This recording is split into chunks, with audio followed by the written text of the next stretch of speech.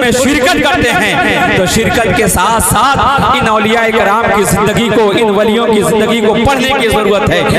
ولیوں کی کرامت کے ساتھ ساتھ ولیوں کی تاریخی کام کو اپنے نگاہوں کے سامنے رکھنے کی ضرورت ہے، اور اگر ہم نے ان تمام لوگوں کے کاموں کو اپنے نگاہوں کے سامنے رکھ کر اپنی حیات کو آگے بڑھایا تو انشاءاللہ ہماری دنیا بھی تابناک ہوگی اور ہماری آخرت بھی تابناک۔ زندہ باد، زندہ باد، سبحان اللہ، سبحان اللہ۔ بہت اولیاء کرام سے محبت بھی کریں، عقیدت بھی رکھیں، اولیاء کرام کے در پہ جائیں بھی، مگر اولیاء کرام کے در پر صرف جانے کے بعد ایسا نہ ہو کہ ہمارا دعویٰ کھوکھلا ہو جائے، ہمارا نعرہ کھوکھلا ہو جائے، ہماری بات کھوکھلی ہو جائے، نہیں، بلکہ یہ بزرگ ہیں جنہوں نے نماز کی پابندی کی، روزے کی پابندی کی، تلاوت کی پابندی کی، ذکر و اذکار کی پابندی کی، اور اس انداز سے اپنی حیات کو گزارا کہ پوری اپنی حیات کو اللہ اور اس کے رسول کے لیے جب صرف کیا ہے تو خالق کائنات نے انہیں وہ منصب عطا فرمایا ہے